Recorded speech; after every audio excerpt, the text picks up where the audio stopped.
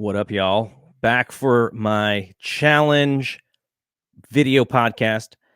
And if you see something after this 10-minute segment or so, I think I went 12 minutes last time, trying to cut it down to 10.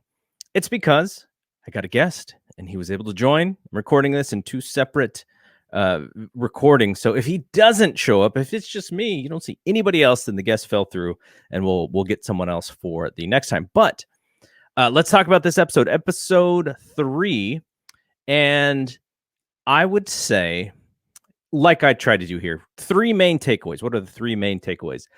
And I'm not sure that that the show is actually telling enough that's going to happen so that we can try and, make some guesses about who's possibly going to win this season of the challenge. But I do think you can base it off of TV time. And that's kind of what I'm going to do here with this first theme to episode 3. And I'll come back to this every once and again because I think it's an important question as the challenge creates more veteran stars so that, TV draws, as you would say, because the ratings are down for this season. I think some of that has to do with the fact that there's no Bananas and there's no Cara Maria. There is a CT, but there isn't that big time draw for them this season outside of CT. So who has taken the leap? And I actually kind of looked at who has been focused on a lot so far. Tori seems like, as far as the women are concerned, and we're talking about women who have continually come back to this show, she's always been kind of like that upstart little puppy dog, a lot of energy. People like her, but she hasn't had a ton of success. I think she's been to one final. And from the looks of it, she's getting so much TV time. She is in charge. She is winning challenges. When people want to steal a partner, she's been stolen. So it does look like Tori may be the person who is taking the leap this season into that next level. We don't have a Kill a Cam right now, or so that strong female who's dominating, and Tori does it in a way different way. But I do think she's like taking that next step up, and we'll see. She's got to back it up with the gameplay as well. Who else is getting a lot of TV time? I don't know if Fessy is going to be around that much, and maybe they're just doing this to kind of set us up and trick us. But, they've been talking a lot about his religion, and it's Ramadan season as of when they were filming this. So he's not able to eat or drink during, from sunrise to sunset. So that could affect him, obviously could affect him. And you've seen in some sports, basketball, some of the players have to deal with it, and it's frustrating. And I imagine on a game like this, it's probably just as frustrating to try and perform. So it seems like he's a little under the radar. Nelson is getting a lot of TV time, and I think some of that is because he smartly put himself in this love triangle with Ashley and Bettina. Corey's been on TV a lot, though. Corey is a really good soundbite, and he's got a lot of charisma, so he's always kind of in the beginning. He's always in the soundbite. Nani and Casey are not really doing a lot. Even Josh, this episode, really subdued. Got a lot of big T. Not a lot of CT either. He's been under the radar this entire season, which if you listen to Johnny Bananas' podcast, he says that's kind of the strategy now. So I feel like from the women's side, Tori is 100% taking that leap. Could Devin be the guy who is taking that leap on the men's side? I think they would like us to believe that because Devin is such good TV, and it would actually help if he does do well and get to the end and maybe even win the whole thing. That would be a way to get Bananas back, by the way, is to have Devin win and to start calling him out. So that's actually a good one. So Devin, if you win, call out Bananas. I want to see it. So that's who just based on 3 episodes, that's kind of who I'm seeing. Tori, Devin, they seem to be the ones that are kind of taking it to that next level. So talking about Tori, I think this is a valid question here because she is up front. She is in a leadership place. She is in a power place of this game. Is she playing smartly?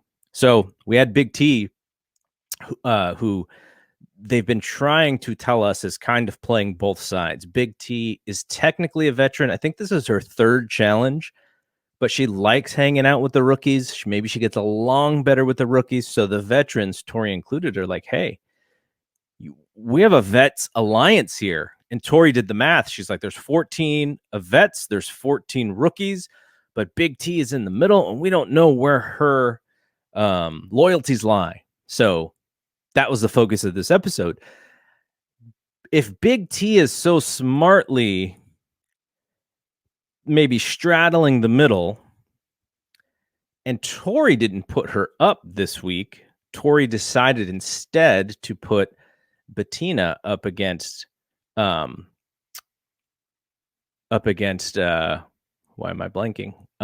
Tasha, who lost. And so I kind of wonder if now Big T can kind of be a little bit of a double agent, right? Because she knows that now the vets know that she's 100% hanging out with the rookies.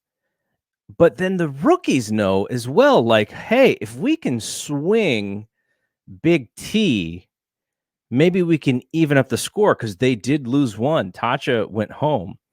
And so it's interesting. Actually, I think I keep saying Bettina. I believe it's Berna who is the one who got thrown in. Berna. I'm sorry, Berna. Bettina. That's my bad. It is Berna. I want to give credit where credit's due when it comes to the elimination. Berna was the one who won the elimination, beating Tasha. So if you're by Tori being so public about the scenario and about the strategy and about Big T maybe being a fence straddler, it kind of gives the rookies, if they can combine and they can strategize, like, oh, maybe we take Big T and maybe we are even. Maybe it is now, maybe we have one extra. Now it's 14 rookies, 13 vets. Let's swing Big T. So we'll see. We'll see if that happens. I think Tori needs to play a little bit under the radar, a little bit more. You got to move in silence, girl. You can't be speaking about the strategy so openly, so much to the point that Kyle, of all people, is like, maybe we got to calm down this thing here. Kyle, when Kyle is the one who does that, that something, you may be doing something wrong. Okay, so last topic here, like I mentioned, Berna beats Tasha. Tasha has to go. On her way out, Tasha goes, to Tori, double-crossed me and called her some names. And why did she feel double-crossed? Well, Tasha had talked to Tori, and Tori's like, I'm going to try my hardest to give you who you want in that final. And for some reason, I really don't know why you would do this, but she calls out Survivor Michelle. And we know Survivor Michelle is a winner of Survivor, which is a very hard game too. So why would you go after a killer like that? And probably because Berna is her friend and she didn't want to go against her friend. This is about the money, people. It's about the money. Which leads me to this question. Michelle and our friend Neck and Face Tats Emmanuel, are they an item, or what's going on here? Because Michelle was seen snuggling up against Emmanuel. Now, no shots at Emmanuel. Well, I guess I did take shots. I called them Neck and Face Tats Emmanuel, but I'm just going to show you, what the situation is here. So we know Michelle, she's been on Survivor, which from a perspective of eyeballs, that show rates better than the challenge. But this is Emmanuel. So you see lots of tattoos, lots of piercings. He does seem like a genuinely really nice guy. And then we see the stone cold killer right here, Michelle. So people like each other for tons of different reasons, but that one surprised me a little bit. I think Michelle is probably one of the women who is, I would consider to be if you're gonna hang out with Michelle like that. This is both gameplay and from the respect from the rest of the house. It's there for Michelle. Okay, so it leads me to this question. Is there a power couple in this game, or because it is so hard to keep your team together because at every opportunity they can get infiltrated and you can have your partner snatched away from you. Devin has gotten snatched away. Tori has gotten snatched away. So I kind of wonder, is it actually is it a power couple, or is it maybe a power alliance, or is it a power team and it's simply rookies versus vets in this season? I think that's an interesting question to think about as we go on, because if you cannot keep your partner for very long unless you just keep winning, I think the teams are going to look so different than they currently do. And maybe it becomes more about, they've mentioned this in the past, the rookies actually teaming up with a vet so that it saves them and the vets can just keep targeting rookie and rookie. But now what happens if a rookie team wins the daily challenge?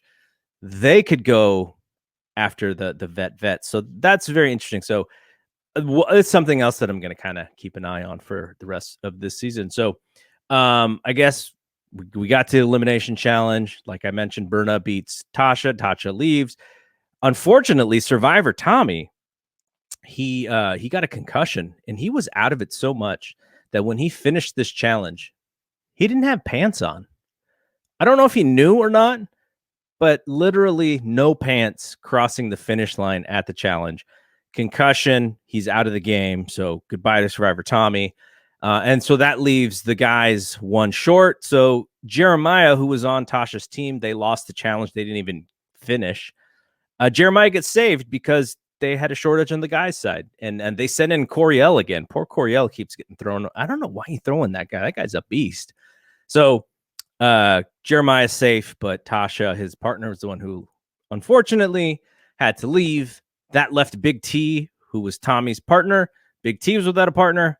Jeremiah and Big T, now a team. I have a feeling that team is going to be targeted. Okay, so if you see me again with a nice little blend, that means my guest showed up. If not, that's it from here for this episode, and I'll be back next week. All right, I am back, which means that my guest made it. Izzy, you don't know this because you haven't seen the video yet, but I did the pre-game hype here. I said, look, if I come back, then you'll know that I have a guest. And if not, then, the episode stops at 12 minutes. So I did 12 minutes of, just kind of takeaways from episode 3. But now introducing Izzy, the super fan of the challenge. So Izzy is somebody, one of the first videos I did, I said, hey, if you are interested in talking about this or coming on, like, hit me up. I gave my email address out and he hit me up and he started talking shop. He started talking challenge game and I was very impressed. So I wanted to bring him on. We can talk a little bit about your path, your journey, your destination as a challenge fan. Also a little bit about this episode, but I mostly want to talk about if you've seen any patterns from the first 3 episodes that lead you to believe where things may be going. Not that we're trying to spoil anything, but just from your knowledge of watching the show. But anyways, Izzy, why don't you tell people where you're from and then kind of dig back into your challenge history and where you first started watching and just memories of that time frame. Sure, Gigi. Thank you very much for having me. Hello, challenge fans. This is really cool, an opportunity to talk about the challenge for the first time in my life. Being a fan since the beginning of the show, and you're watching all the seasons of Real World and Road Rules. So that's kind of the path that led me to being a great challenge fan. And then obviously with the pandemic hitting, watching all these great videos about people's opinions on the challengers, the best seasons, the past seasons, really started to wet my whistle and want to engage with this cool community even more. So thank you for this opportunity. I'm very happy to be here, and looking forward to talking shop. So you're East Coast, right? Yes, born and raised New Yorker. My dad is Puerto Rican. My mom is from El Salvador, but I was born here. I went to college in Orlando, Florida, University of Central Florida, and but New York is my home. Love it. Big ride or die New York sports fan, except I'm a big 49ers fan. That's but also why he came on the show, by the way. yes, exactly. We have matching hats, and yeah. So it's just weird. I was a big Notre Dame fan as a kid. So Joe Montana was my favorite player growing up, and then so I became the 49er fan, but Notre Dame first. Yankees fan, Knicks fan, Rangers fan. Love the Olympics. Anything with sports, I love. So that's my background. And that's where challenge fits in a little bit because there's a sports aspect of this. Oh, okay, so let's big sports aspect. Yeah. So, like I said, first 3 episodes in, you've seen so many of these seasons. You know the patterns. You know that people who get TV time, that probably portends very well for the rest of the season if they're being featured. If during next episodes you see them, oh, okay, they're not losing anytime soon. Or my favorite one was, it was either Double Agents or maybe the season before, Killa Cam had like 7 different hairstyles, and I was like, oh, she's sticking around for a long time. Killa Cam had a different hairstyles. I was like, okay, so she's not leaving anytime soon. Great player, obviously. A lot of these girls, they bring like multiple suitcases because they bring a lot of outfits. They want to look good on camera, look good on film. I remember one of the earlier seasons that was actually a detriment to have more than one suitcase, where they had to do the challenge or the elimination challenge, carrying the weight of how much their suitcases weighed. So the people so technically the female partner had the most weight, where the male challenger would probably carry it because the female wouldn't be able to carry it for the full length of the elimination. But yeah, that can hinder you in this game. Wasn't there also a season, I want to say Kayla, or it might have been Real World, where she just got her suitcase trucked over the from the second deck to the first deck in the home, and like all of her stuff spilled out?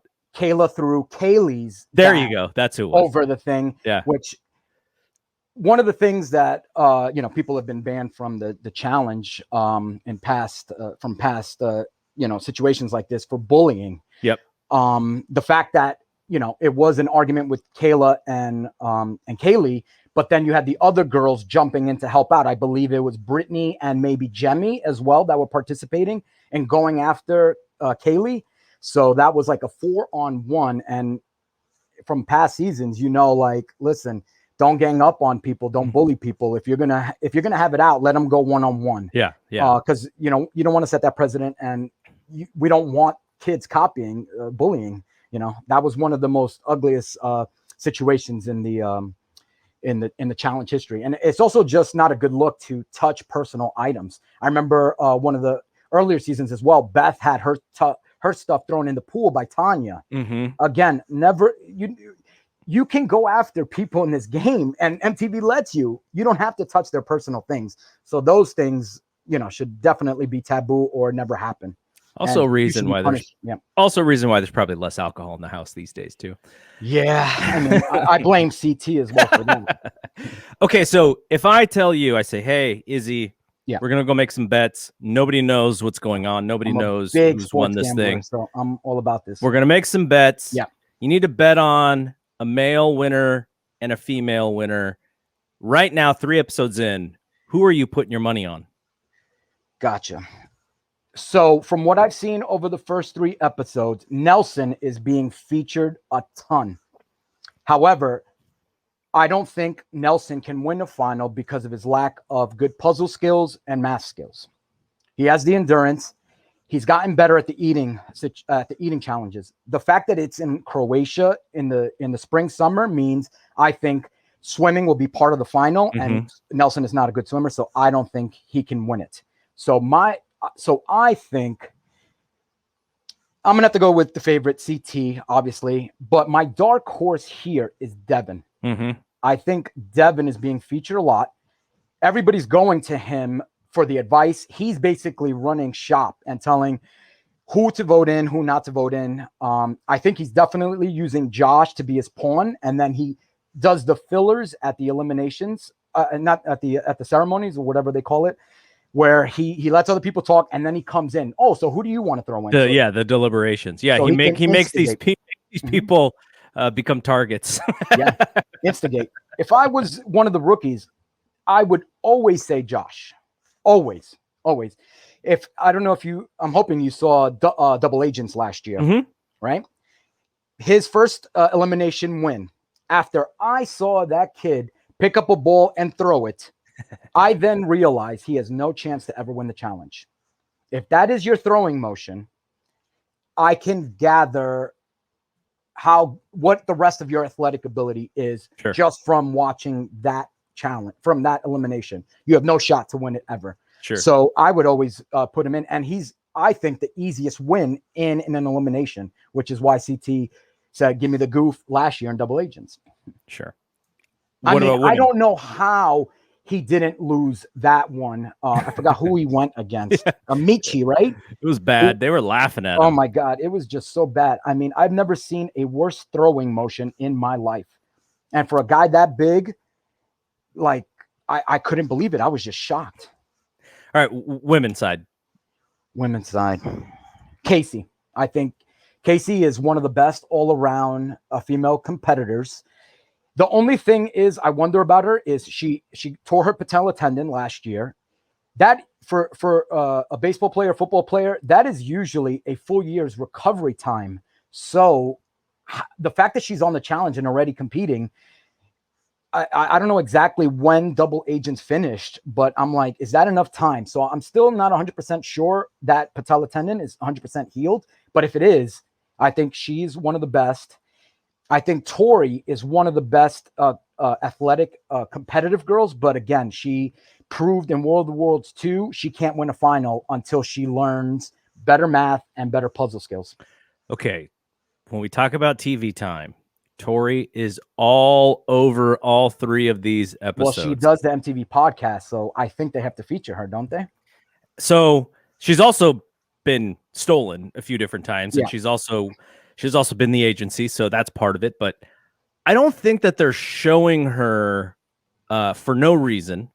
And this is part of my theory about this season, which is Johnny Bananas, Wes, Cara Maria, some of the stalwarts. Yeah.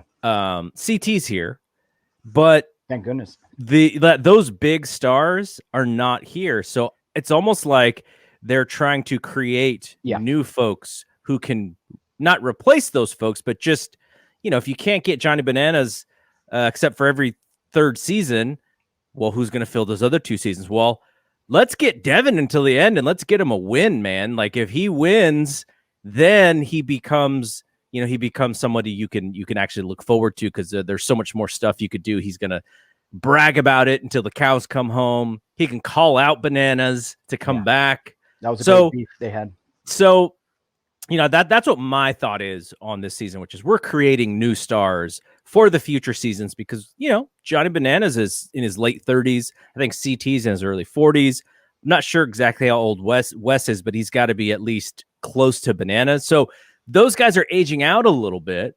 And so you got to bring some new people in to kind of raise up and to be at that level.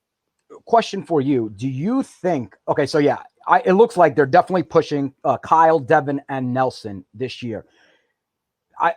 There's different takes on this. Do you think that MTV handicaps the challenges or events to make certain people get to the end?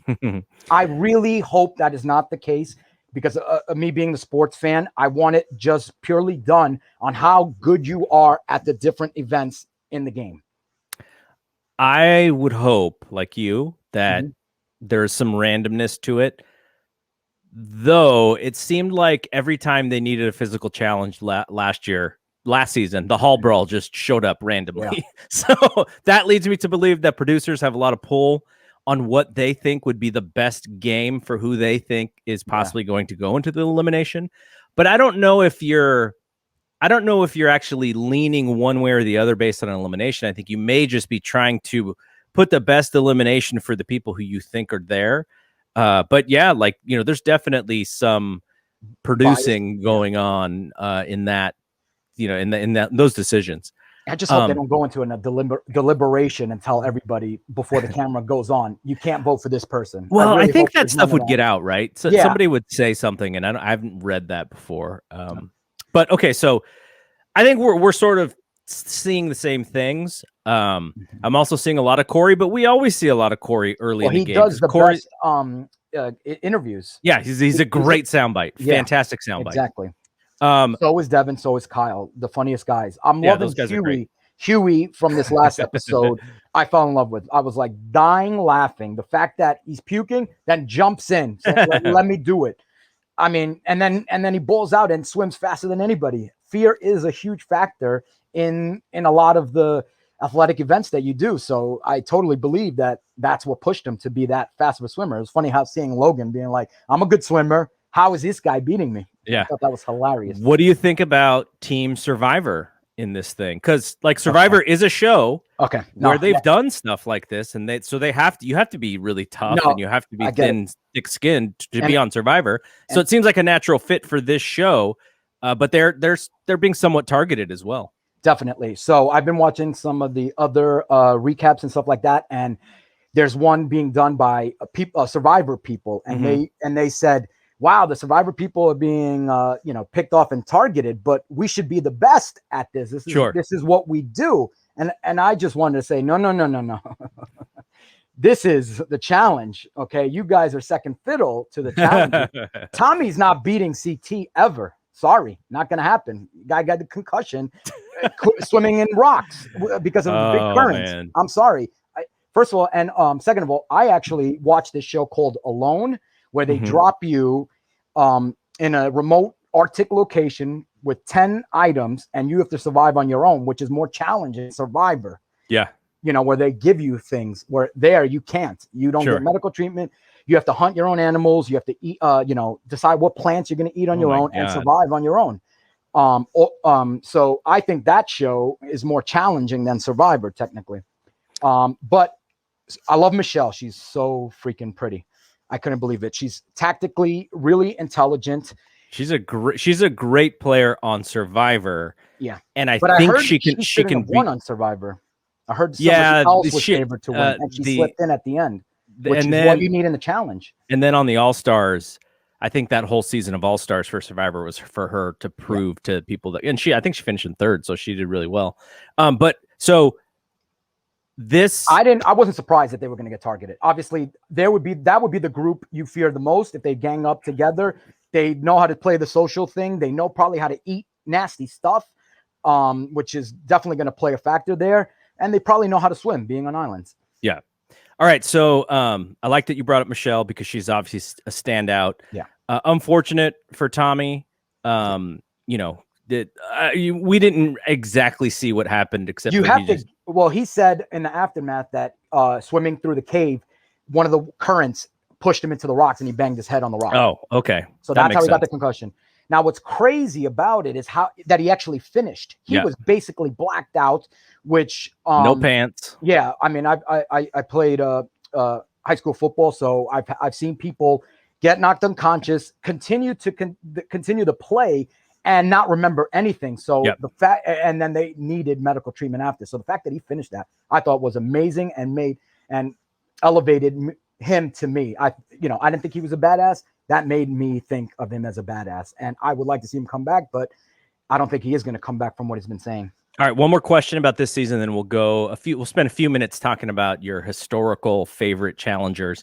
Gotcha. So this whole season, at least in the first 3 episodes, is about rookies versus vets. Mm-hmm. The vets are counting the number of rookies and the number of vets to make sure that they still have the numbers, or at least Tori is counting. I'm assuming everyone is counting if Tori is counting. So it's even less about the twosomes in this game to me. Mm-hmm. The only thing you don't want is to be 2 rookies at the same time, because then you're targeted like crazy, and that seems to be what's frustrating a lot of the rookies. Yeah. But it is very much more so rookies versus vets. And I wonder how Like, how do you gamify that so that, and maybe the rook, maybe it should be hard on the rookies. Maybe they should be targeted immediately, but I feel like the way that the game is created, because you can steal the next partner if you win, this twosome is never, I don't think it's going to be super consistent all season long, though there may be some couples that escape with the same partner unscathed, but it just seems like the way that they set the game up, it makes complete sense to go rookies and vets and not really care about who your partner is. But I like it when they care about who the partner is. I like it when it's like, that's why the rookies don't have the total count. Right. Logan is not going to vote against Anissa.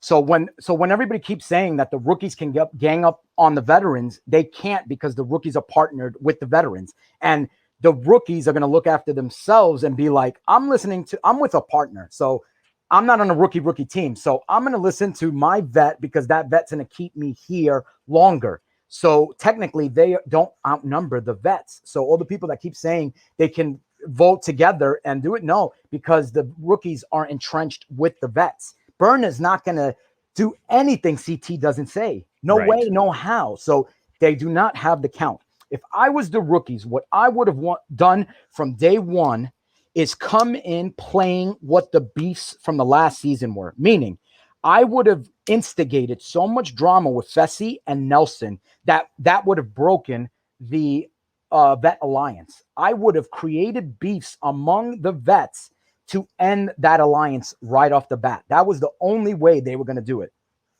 All right.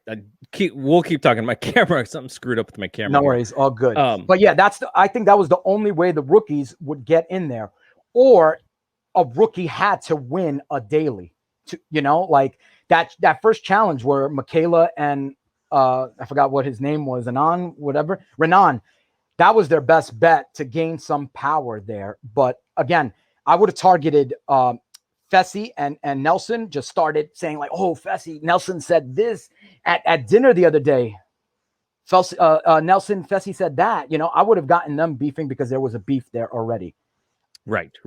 The other person I would have maybe targeted is Big T and some of the vet and Tori and Anissa. I would have started some drama there, because that would have gotten Big T out of the female vet alliance as well. So I think the only way to end that vet alliance is to start drama within themselves, and the rookies didn't try to create drama in there. If they did, that would have been the way to get the vets to start ganging up on each other.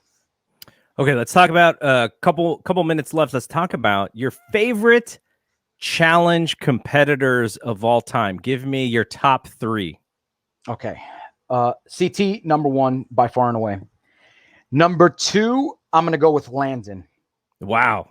Going back, old school. Yeah, Landon. I don't, because the way I look at it, I don't know. One-on-one, in certain situations, I think Landon beats CT. In certain situations, I think CT beats Landon. But I think those two are the best to ever do it. I don't think Bananas is the best, because I think his social game led him there. Plus, also Kenny, Evan led him there. Remember, his first 4 wins are team wins. Right. And he wins the other seasons with good partners.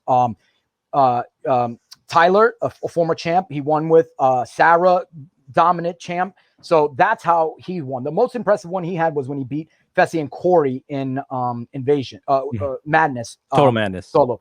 My third all time, I'm giving it to Leroy, because I believe being a good human on the show needs some validation, even though he never won. I believe he was the best human on the show, and that should be rewarded. But other than that, I would put Jordan, because I think Jordan is just as good as CT and Landon as well. All right. What about the ladies' side? The ladies' side. Okay. I'm going to go Laurel 1. I don't think any of the females in most challenges would be able to defeat Laurel. Laurel's anger and she defeats herself often. Yes, though. Exactly. She's a CT, early on CT. My number 2s, I'm going to go with a tie here for Rachel, from Road Rules and Emily Schramm. I thought those two girls led the way and pioneered for some of these other female vets. And then for the third, I'm going to tie it. Cara deserves to be there because she beat Zach heads up in the first female to win it all. And I'm also putting in Evelyn. I think she was one of the best to ever do it as well. I love Emily. A lot of people forget about her because she didn't do it for a long time. Yeah. She's a beast. And Evelyn too gets forgotten because she's old school and she stopped doing it. And that's it. But all those girls or guys I named, except maybe Leroy with the swimming challenges, can do it all. I think they all are good at all the different apps. So when you come to a challenge, there's 5 things I think you always know are going to be part of it. You're going to run. You're going to eat the weirdest crap. You're going to need to swim. You're going to need to deal with heights. And you're going to need a social game. Yep. So if you come in without one of those things, so like with this challenge, I knew right off the bat there was going to be people that quit or couldn't do it. Yep. For people to come on the show and don't know how to swim, I think, and for MTV not to test them, I think is a big issue. So I don't know if you know that Bananas has a podcast this year. Mm-hmm. I listened to. I've almost listened to finish the 3rd episode, but Wes came on. Yeah, and he mentioned that. For this particular, so he thinks that MTV needs to vet the swimming of people before they come on the show, because there were people in that challenge that shouldn't have been allowed to jump in that water. Mm-hmm. And he's saying just for their own safety, or because they suck at the game. No, because for their own safety. Wes said that the current and the chop that was in that section, Jeremiah and Tasha specifically. Yeah. But I mean, there was other people that were afraid. And then Priscilla on her Instagram said, like, I barely finished, and that was because she held onto the wall the whole time. So, yeah, there were people that shouldn't have been doing that challenge. So Wes said, like, it could lead, if somebody were to potentially drown, they couldn't have a swimming challenge anymore. So, and I enjoy the swimming challenges. I used to be on the swim team. I love the Olympic swims. So that I don't want that element being taken away from the challenge, from the show. So when people come on the show and they don't know how to swim, and I don't know what they think. I don't know how do they think that is not going to be a swimming challenge? Or do they think like the life vest is enough? Like, I don't understand the thinking and the logic behind some of the people when they come on this show. All right. Last question here. Mm-hmm. Out of all of the games, out of all of the branding of the challenges, Rivals or War of the Worlds, or, the way that they put these games together, these seasons together, what is the one that you want to see them bring back? Battle of the Seasons, like all these, these ways that they were able to, to bring in the thing. So I'll tell you what mine is. And okay. I know this is not yours. But this is kind of what I'm thinking.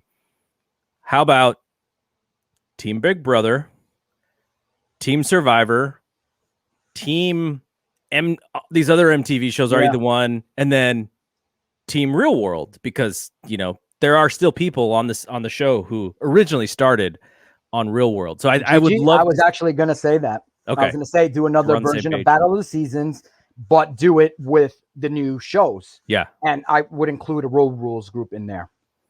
You would have to bring back some old school folks, though, to do it. I mean, Darrell would come back. I think they could get Rachel back, even though I don't know if she's coming back on All Stars.